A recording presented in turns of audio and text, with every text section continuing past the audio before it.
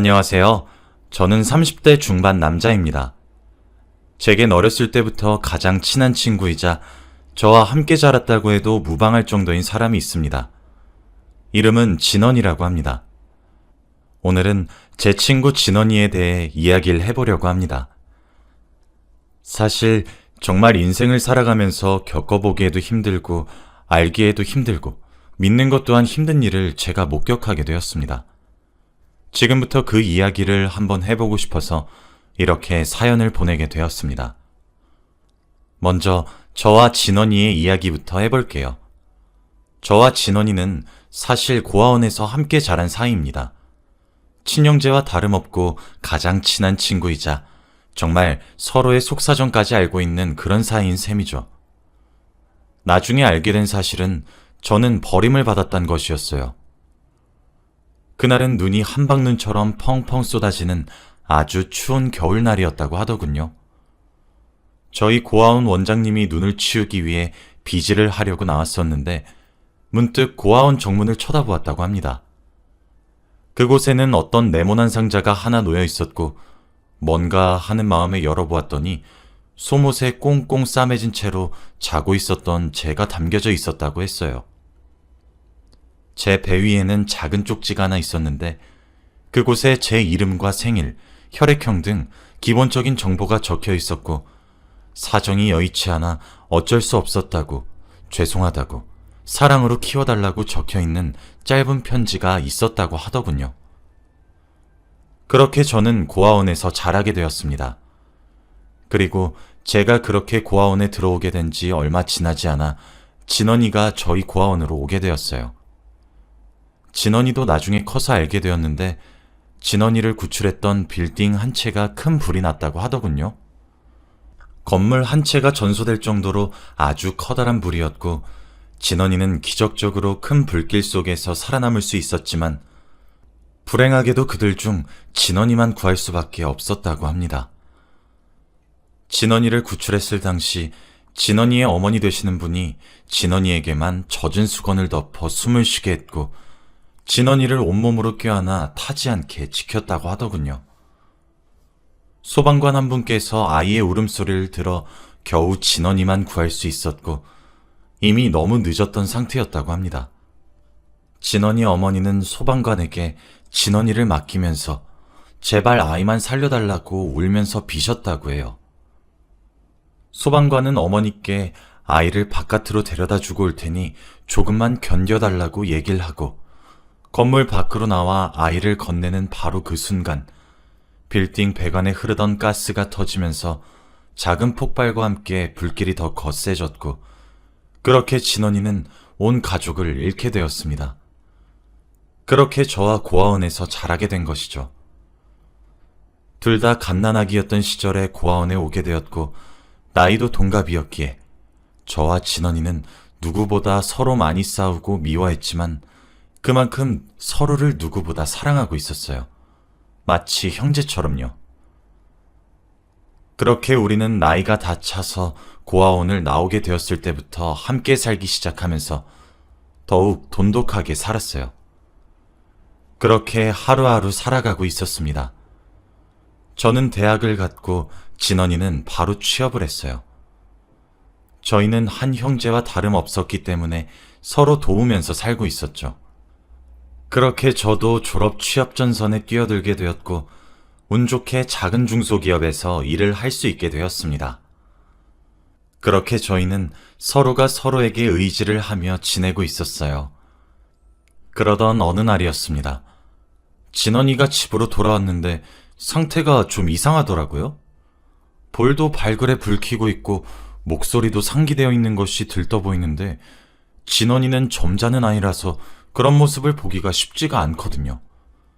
심장을 부여잡고 있길래 어디 아픈 것이냐고 물어보고 있는데 진원이가 입이 귀에 걸릴 것처럼 환하게 웃으며 여자친구가 생겼다고 제게 소리를 지르듯 자랑을 하더라고요. 저는 정말 좋아하는 사람이 있는 줄도 정말 까맣게 몰랐었거든요. 하도 그런 이야기는 잘 하지 않아서요. 그런데 알고 보니까 회사를 다니면서 근처에 위치한 은행을 자주 가게 되었다고 합니다. 업무상 은행에 가야 할 일이 많은 친구였거든요. 그런데 은행에서 일을 하고 있는 한 은행원을 보고 첫눈에 반하게 되었다고 하더라고요.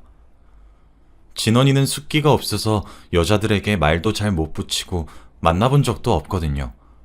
그런데 진원이가 정말 운명적 이끌림을 느꼈다고 말을 하면서 정말 살면서 내볼 용기를 끌어모아서 겨우 용기를 내서 업무가 끝나고 난 뒤 메모장에 자신의 번호와 이름을 적어서 건네고 난 뒤 도망치듯 나갔다고 하더라고요.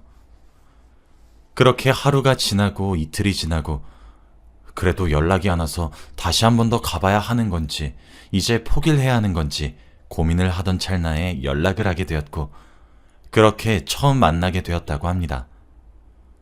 처음엔 호기심이 들어서 나왔던 상대방 쪽 여성분께서도 몇 번 더 만나다 보니 저희 진원이가 마음에 많이 들었던 모양인지 진원이가 용기를 내서 한 고백에 수줍게 웃으면서 받아들였다고 합니다. 그렇게 두 사람은 정말 예쁘게 연애를 했습니다. 당연히 전 진원이와 함께 지내고 있는 친형제와 다름없는 친구이다 보니 저도 자연스럽게 그 여성분을 소개받았죠.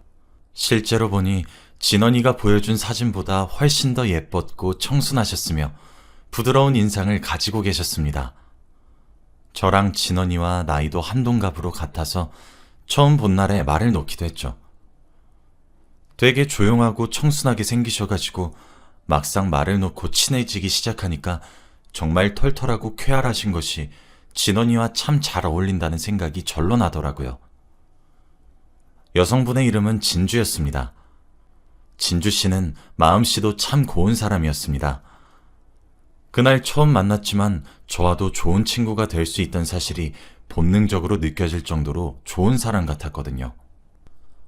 어쩌다 술자리까지 이어지게 되었고 술이 들어가고 그러다 보니 참 별의별 이야기가 다 나오게 되더라고요. 저도 사람에 대한 경계심이 워낙 높은 사람이었는데 이상하게 진주 씨에게는 참 별 얘기 다 하게 되더라고요. 그러다 어떻게 살아왔는지에 대한 이야기도 하게 되었습니다. 진원이와 제가 고아원에서 갓난아이 시절 때부터 함께 자랐단 이야기에 정말 눈에 눈물을 글썽글썽거리면서 대신 울어주고 너무 장하고 멋있고 대견하다고 칭찬을 해주는데 그날 저는 참 가슴이 따끔따끔했습니다. 사실 한국 사회에서 부모가 없이 자란 것은 아주 큰 약점으로 작용이 되거든요.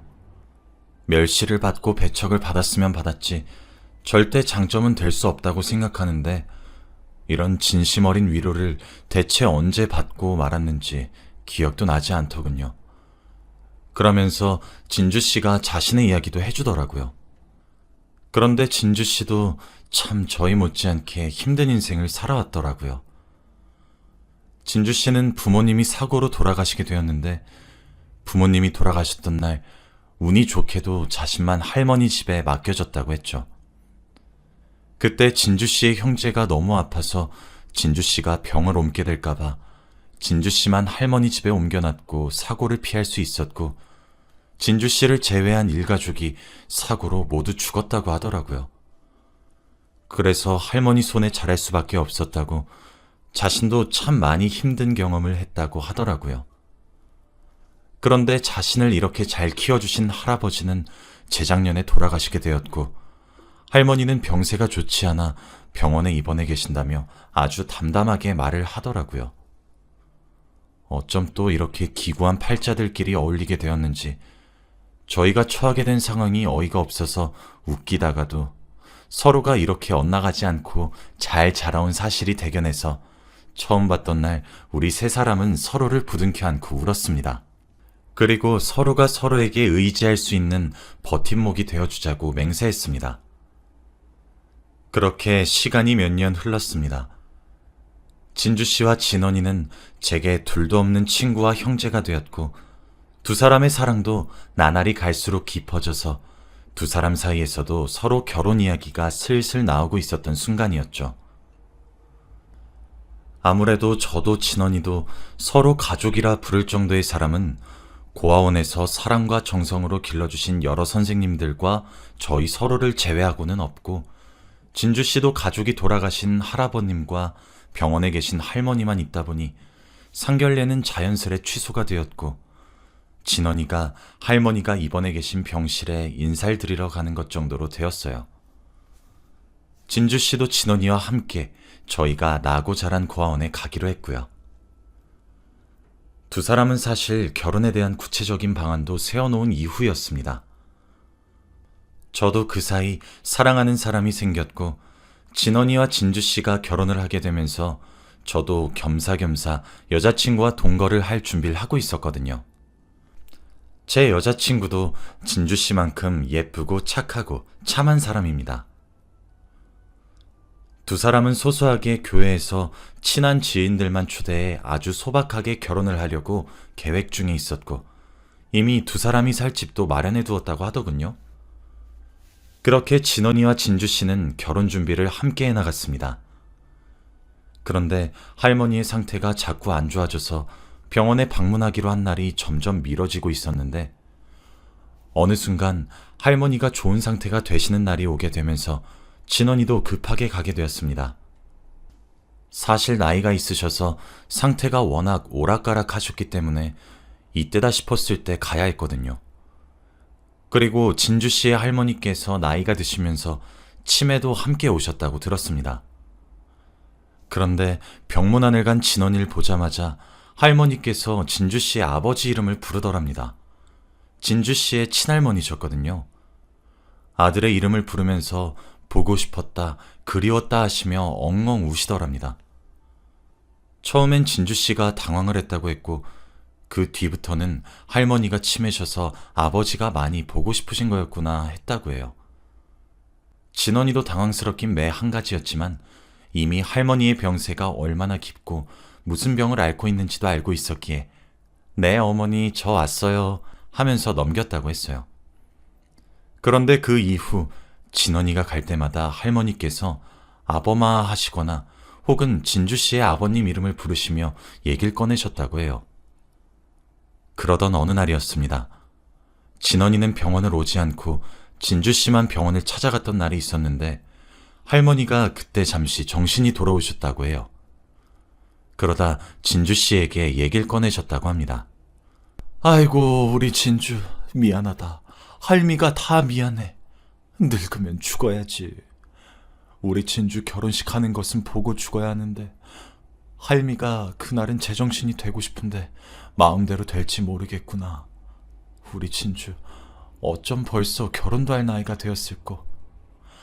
할미가 진주가 데려온 그 청년을 보니까 우리 진주 남자 보는 눈 하나는 날 닮았구나 싶었단다. 딱 네 아버지가 젊었을 때가 생각나는 아이더구나. 참 닮았어. 많이 닮았어. 우리 진주 장하다. 너희 부모 불에 타서 죽고 젖도 덜 땐 너만 남았을 땐 눈앞이 정말로 깜깜했는데 이렇게 참하게 잘 자라주어서 할미가 고맙다. 고마워. 진주야, 너무 고마워. 하시면서 눈물 지으셨다고 해요. 그런데 진주 씨는 그 말을 듣자 이상한 위화감이 맴돌았다고 합니다. 화재 사고로 부모님을 잃은 진원이와 진주 씨의 부모님도 화재 사고로 돌아가셨더라. 그렇게 생각을 한 번 하게 되었는데 생각을 하면 할수록 이상한 기분에 휩싸였다고 합니다. 이상하게도 취향도 비슷하게 같았고 어쩔 때는 서로의 생각이 읽혀지는 듯한 생각이 들 정도로 많이 통했고 실제로 진원이와 진주 씨는 서로 닮아 보여서 남매냐는 소리도 많이 들었거든요. 게다가 이름도 김진헌, 김진주로 두 글자씩 서로 비슷하니 환장할 노릇이었겠죠. 처음엔 아닐 거라 생각을 했지만 진주 씨 마음속에서 의심의 싹이 트기 시작했습니다. 점점 결혼하기로 한 날짜가 다가오면 다가올수록 진주 씨에게 설마 하는 불안감이 점점 커지기 시작했어요. 그러다 결국 결혼식을 올리기 일주일 전 진주 씨는 몰래 진원이와 자신의 유전자를 채취해서 유전자 검사를 의뢰했습니다. 결과는 다음날 통보를 받게 되었는데 검사 결과 두 사람은 이란성 쌍둥이로 의심되고 있고 형제로 추정된다는 결과였죠. 진주 씨는 그 결과를 들었던 순간 청천벽력의 느낌을 받았다고 합니다. 당장 결혼식이 일주일밖에 남지 않았는데 취소할 수도 없었고, 주위에 설명하는 것도 막막하고, 그리고 무엇보다 자신이 만나고 있었던 진원이란 남자 없이 더 이상 세상을 살아갈 수가 없었다고 했어요. 할머니에게 죄를 짓는 심정이었지만 수면제를 처방받아 서류로 검사 결과를 확인 사살받게 된 날, 진주 씨는 자살 시도를 하였습니다. 진주 씨가 받은 결과지대로 두 사람은 이란선 쌍둥이가 맞긴 맞았던 것인지, 그날 왠지 쎄한 기분을 느낀 진원이가 진주 씨네 집을 찾아가게 되었고, 바로 응급차를 불러 위세척을 시키면서 진주 씨는 목숨을 잃지 않을 수 있게 되었습니다. 저도 진원이로부터 연락을 받아 진주 씨가 실려간 병원에 도착했습니다. 병원에서 정신을 차려 눈을 뜬 진주 씨는 저와 진원이를 보더니 목을 놓아 엉엉 울며 지금까지 제가 이야기했던 이야기들을 하나씩 풀어놓기 시작했습니다. 저희는 경악할 수밖에 없었습니다.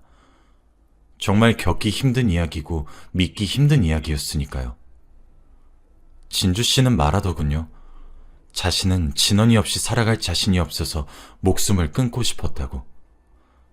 이제껏 부모님이 너무 많이 그리웠고 할머니와 할아버지께 사랑을 듬뿍 받고 자라면서도 늘 불안했다고요. 왜냐면 다른 사람들의 부모님보다 자신의 조부모님이 훨씬 나이가 많으니 누구보다 빠르게 이별을 준비해야 하고, 할아버지를 보내고 할머니가 아프신 뒤로부터 자신이 의지할 곳은 없었답니다. 그때 진원이를 만나게 되었고 이제 자신도 행복해질 수 있다고만 생각했답니다. 할머니와 할아버지에게 사랑을 받고 자라 불행했다거나 싫었단 것은 아니지만, 할머니와 할아버지를 잘 보내드리고 난 이후에도 자신이 추스려서 살아갈 수 있겠다고 생각하게 만들어준 사람이 진원이었다고 합니다. 그런데 그런 사람 없이 살란 소린 자신에게 죽으라고 이야기하는 것과 같다고, 그래서 죽으려고 했다고 하더군요. 저와 진원이 둘 다 어찌 그 심정을 모르겠습니까? 다른 사람, 누구보다 저희 두 사람이 제일 잘 알고 있는데, 일단 우는 진주 씨를 데리고 저희 집으로 데려왔고 저희 세 사람은 어떻게 해야 할지 고민을 해야 했습니다. 결국 그날 내려진 결론은 결혼식은 미루기로 했지만 헤어지진 않겠다고 결론 내렸어요. 사실 이 결정이 쉽게 이해받을 거란 생각은 하지 않습니다. 그런데 전 두 사람의 결정을 존중했고 지지했으며 이해가 되더군요. 세상에 둘만 남은 것과 다름이 없으니까요. 그렇게 또 시간이 흘렀고 그 사이에 진주 씨의 할머니께서 결국 노안으로 돌아가시게 되었습니다. 진원이는 그렇게 돌고 돌아 만난 할머니께 어리광도 부려보고 손주 취급도 받아보고 싶었다고 하더군요. 그런데 너무 늦게 만났고 그 때문에 이미 늙고 병들어 거동도 제대로 못하시는 분께 더 큰 충격을 드릴 수 없다며 할머니께 아들 노릇만 톡톡히 해주고 그렇게 보냈습니다. 그래도 장례식장에서 상주 노릇은 진원이가 하더군요. 아마 진주 씨의 배려였던 것 같습니다. 물론 장례식에 많은 사람들이 오고 간 것은 아니지만 말이에요. 지금 두 사람은 한국에 없습니다. 할머니를 보내드리고 1년 정도 지나 외국으로 둘이서 떠나버렸거든요. 한국 사회에서는 배척받을 만한 이야기이고 이해받지 못할 테니까요. 그리고 법적으로도 근친혼이라는 결혼이 금지되어 있으니까요. 그래서 현재 외국으로 나가서 살고 있습니다. 제가 이렇게 사연을 보내게 된 이유는 지금으로부터 며칠 전 제가 진원이로부터 청첩장을 받게 되었기 때문입니다. 비행기표 하나와 호텔 숙박권이 함께 포함된 청첩장을 제게 보내주며 꼭 참석해 주었으면 한다고 하더군요. 하나뿐인 형제인 제가 축하해준다면 다른 사람들의 축하는 전혀 부럽지 않을 것이라고 하면서요. 물론 전 당연히 참석하겠다고, 제가 참석하지 않는다면 대체 누가 참석하는 거겠냐고 큰 소리를 쳤습니다. 이제 몇 달 후면 두 사람은 정식적으로 부부가 됩니다. 두 사람이 부부의 연을 맺기 위해 어떤 노력을 했는지 옆에서 지켜봐온 저로서는 그들의 앞날을 축복할 수밖에 없네요. 남들은 이해가 되지 않는다고 돌을 던지거나 손가락질을 하게 될지도 모르겠지만 적어도 저만큼은 두 사람의 편을 들어주려고 합니다. 앞으로 저와 진원이는 지금까지 살아왔듯이 자주 만남을 가지진 못하겠지만 그래도 진원이가 좋은 사람과 좋은 인연을 맺은 것을 저는 축복하고 있으며 행복하게 살았으면 하는 마음입니다.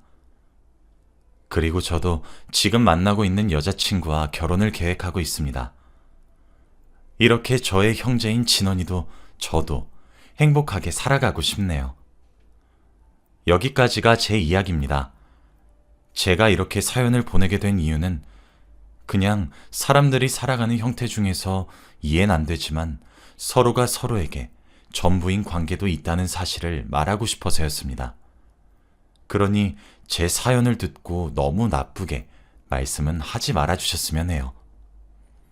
긴 이야기를 들어주셔서 너무 감사합니다. 다들 행복한 하루 되시길 바랍니다.